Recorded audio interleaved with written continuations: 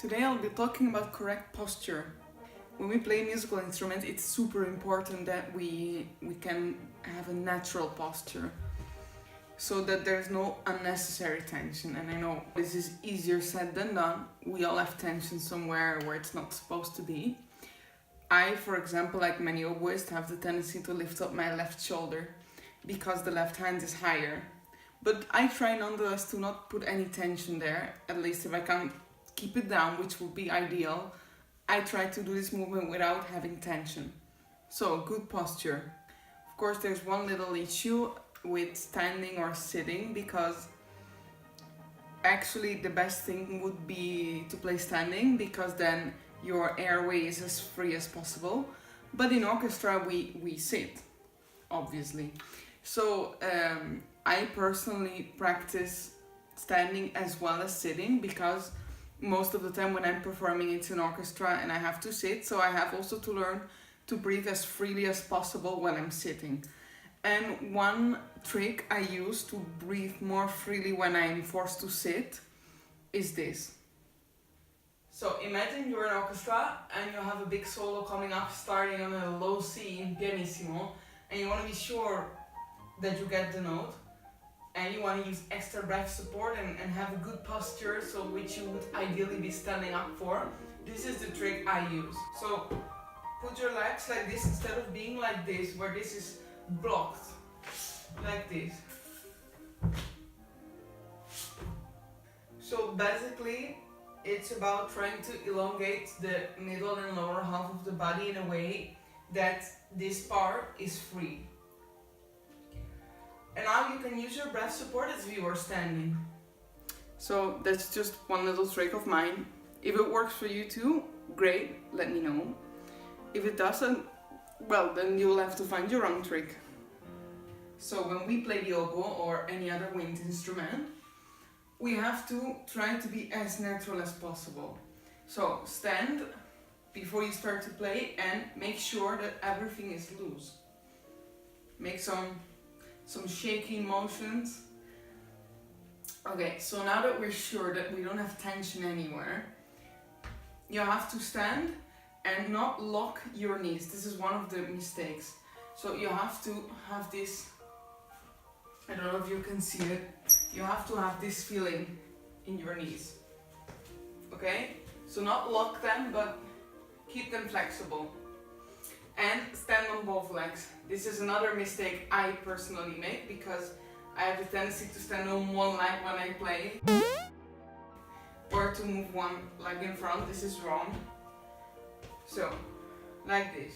When you take the oboe, make sure that the connection with the instrument or your other wind instrument, make sure that the connection is natural, because many people who play with tension, when they grab their instrument, that's when the tension starts. So we have to prevent this. We have to prevent that when you grab your instrument, there is a muscle memory of tension.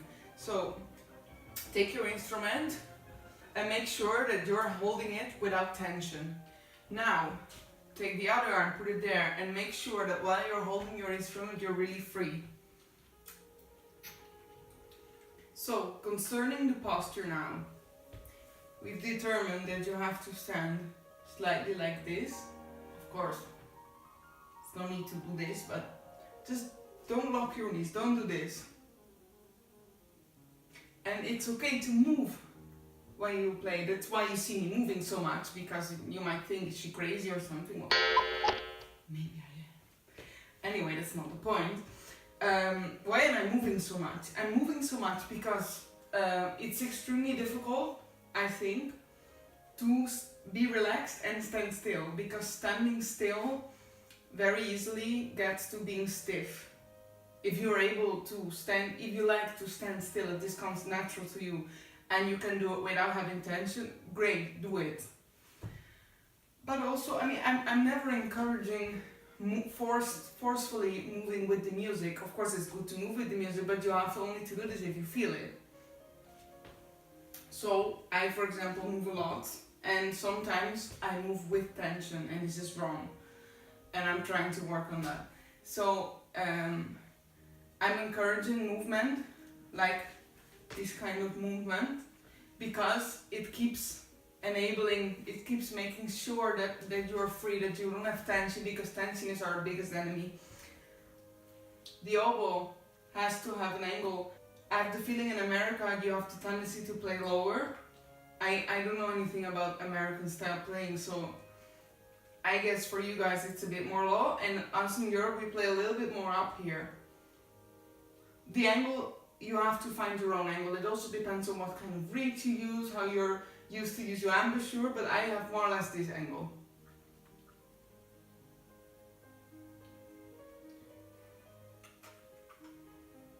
Now, one other thing which I think is something you want to be doing is to kind of feel that the angle of the oboe keeps being that angle. So if you want to move the oboe up or down, you kind of move with it. So basically, like you keep this angle, keep the angle. Oh.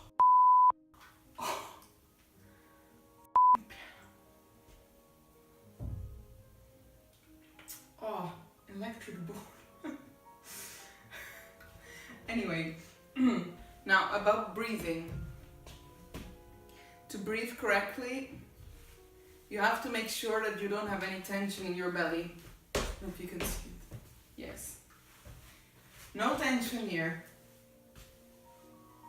And no tension here. Actually, no tension at all. Just about breathing specifically, I will probably do a complete video further on.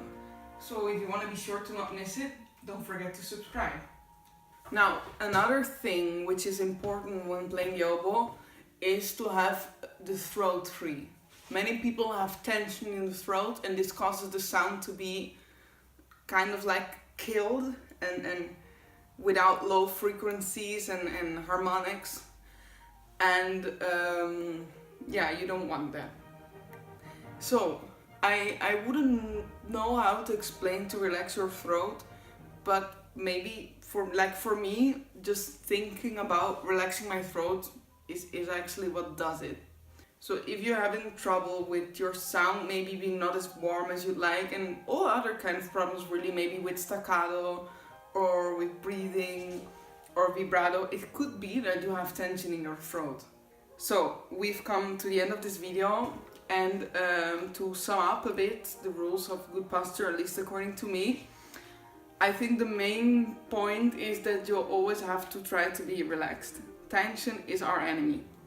And second, any movement that is tension and that is movements, extra movements which don't come naturally with the music, which don't come naturally kind of dancing with the music, but for example moving your fingers too much or standing on one leg, which I do, which is wrong. These kind of movements we have to eliminate because they take away energy from what we're actually doing, which is breathing with the lungs and using the diaphragm and using the muscles of our mouth, using our fingers. So if I have to spend a lot of energy because I'm standing on one leg, which I really do, it's crazy, I know, then it takes away energy from what I have to do, and also my brain has to be busy with keeping me in balance. So it's really stupid actually. Really stop doing that. So that was it for this video. Thank you very much for watching. If you enjoyed and if you don't want to miss my next videos, subscribe. And I hope to see you next time. Bye!